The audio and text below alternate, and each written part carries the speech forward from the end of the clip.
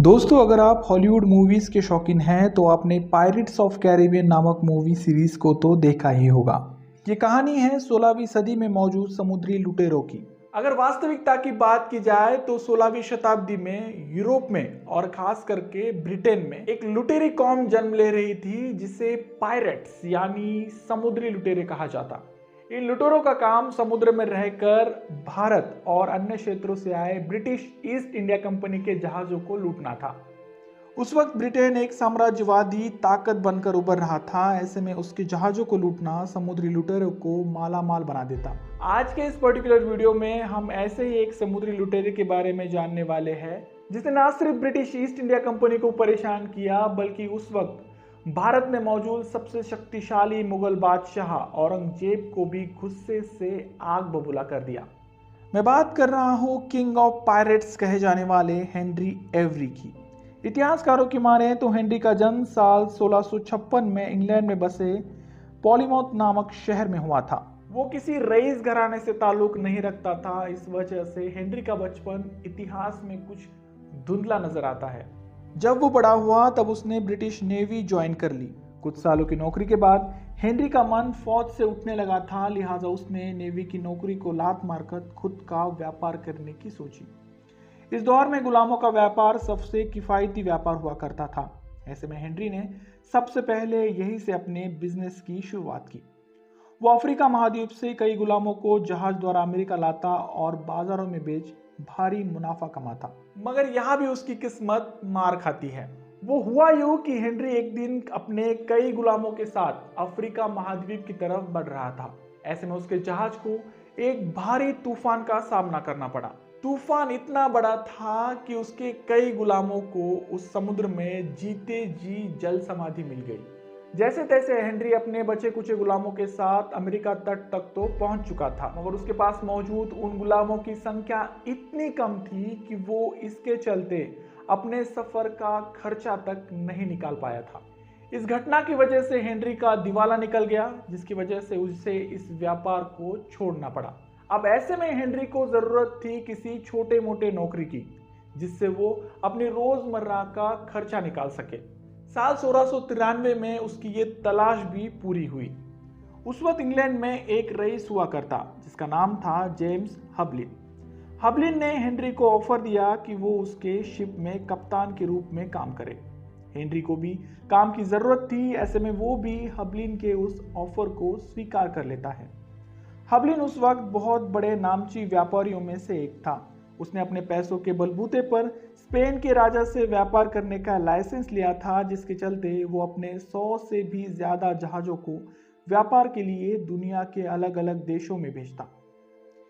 Henry इन्हीं में से एक जहाज का कप्तान बना। कुछ साल यहाँ काम करने के बाद हेनरी का मन इस नौकरी से भी उठने लगा।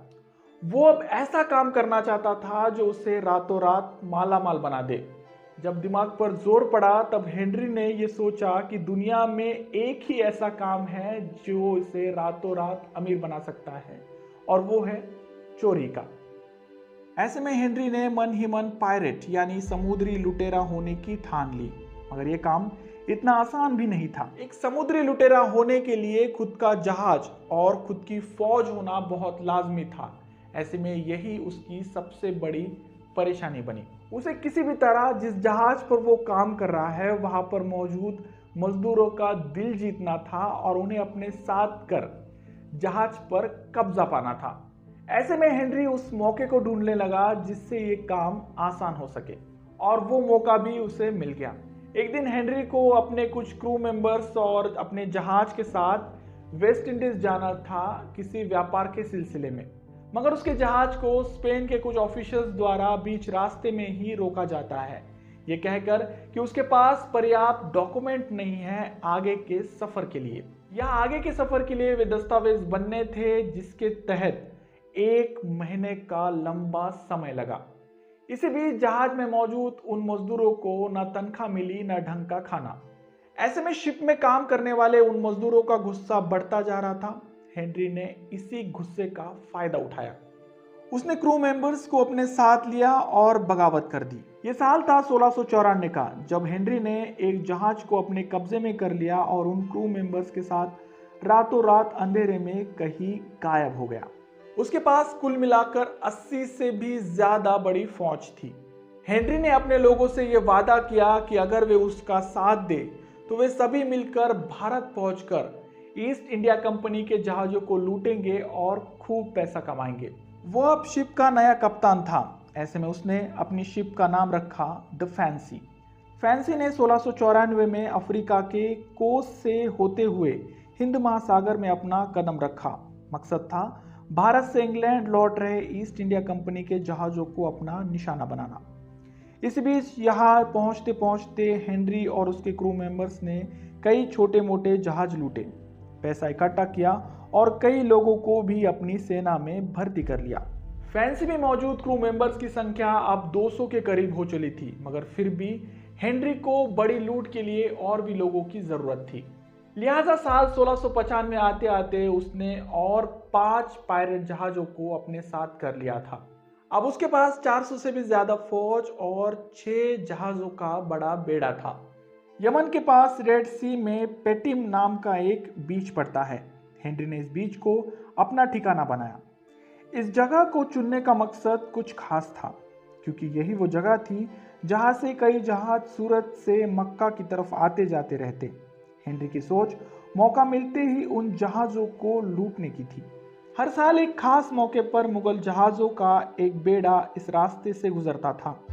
इन जहाजों पर मक्का जाने वाले लोग रहा करते, साथ ही साथ कई जहाजों में सूरत से व्यापार का सामान रहता ताकि मिडिल ईस्ट में इसे बेचकर मुनाफा कमाया जा सके। हेनरी की नज़र मक्का से वापस लौट रहे जहाजों पर रहती, क्योंकि वे जहाज पैसों से मालामाल रहा करते। एक दिन ऐसे ही मुगलों के जहाज का बेड़ा अपने 25 जहाजों के साथ मक्का से सूरत की तरफ बढ़ रहा था। इसमें मौजूद सबसे बड़े जहाज का नाम था गंजे सवाई। इसे अकबर की एक बेगम मरियम उस जमानी ने बनवाया था। 1600 टन के इस जहाज पर 80 तोपें लगी हुई थी और 600 से भी ज्यादा लोग इस पर काम करते थे।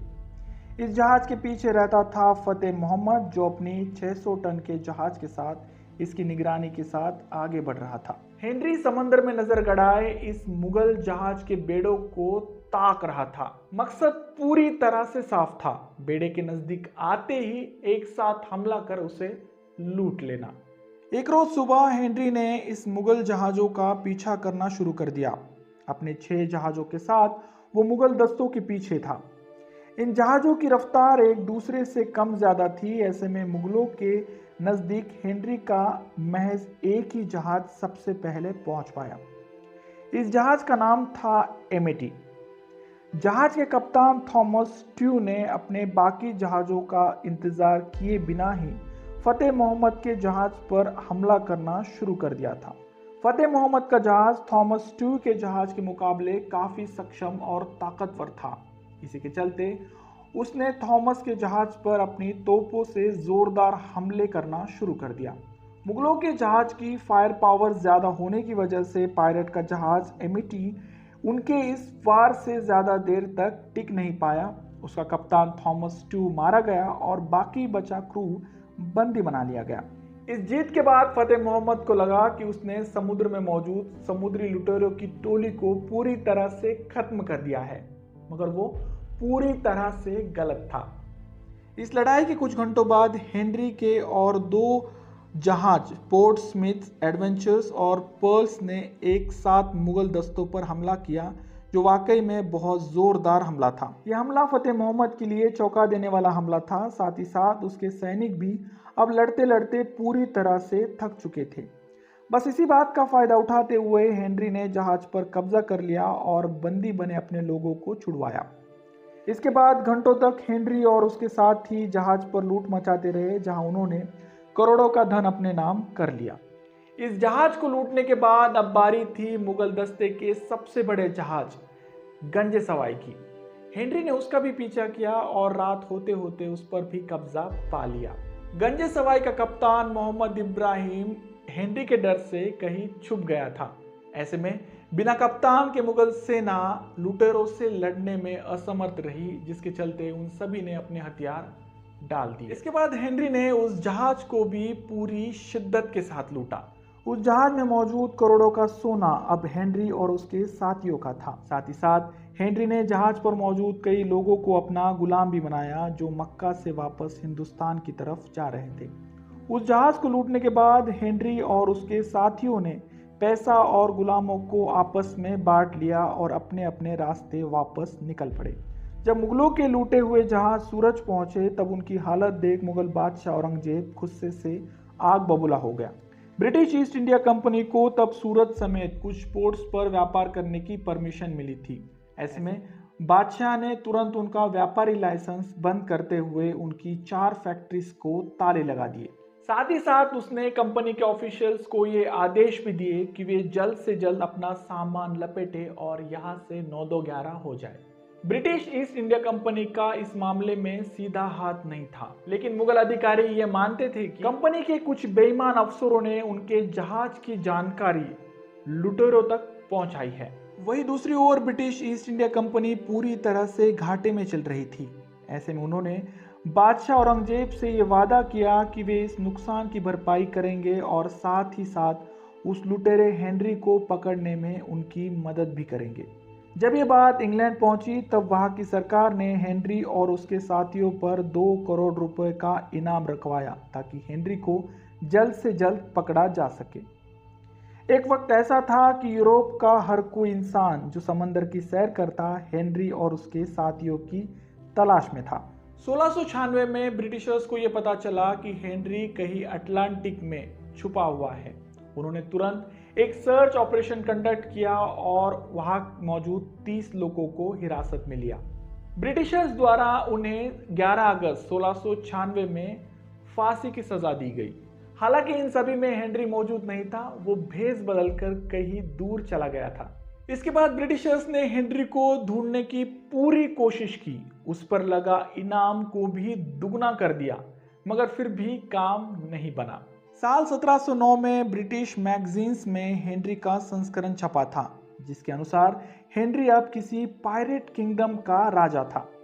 ये कहानी इंग्लैंड की गलियों में खूब चली, लेकिन इसका प्रमाण कहीं भी मौजूद नहीं था। आने वाले सालों में लोगों ने यह दावा किया कि हेनरी भेष बदलकर ब्रिटेन लौटा था और मरते दम तक उसी भेष में लोगों के बीच रहा। हेनरी ने मुगलों से जो खजाना लूटा था उसके कुछ सिक्के अमेरिका तक पहुंचे।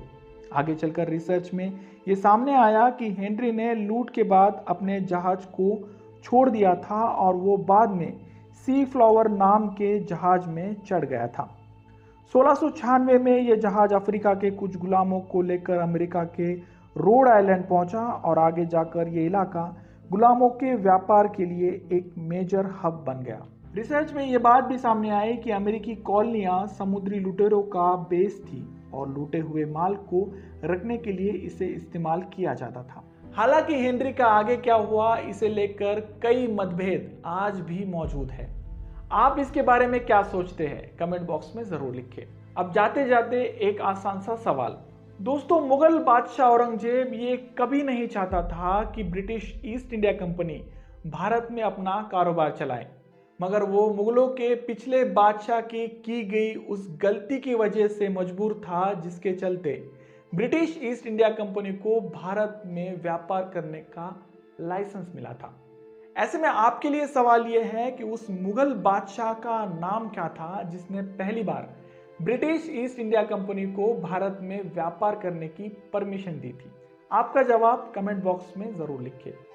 वीडियो अच्छे लगे तो प्लीज इसे लाइक कर अपने दोस्तों में शेयर करना ना भूलें। और हाँ, आपको अगर मेरा काम वाकई में अच्छा लगता है तो प्लीज चैनल को सब्सक्राइब कर देना। मिलते हैं अगले वीडियो में ऐसे ही किसी इंफॉर्मेटिव और हिस्टोरिकल टॉपिक को लेकर। तब तक के लिए धन्यवाद।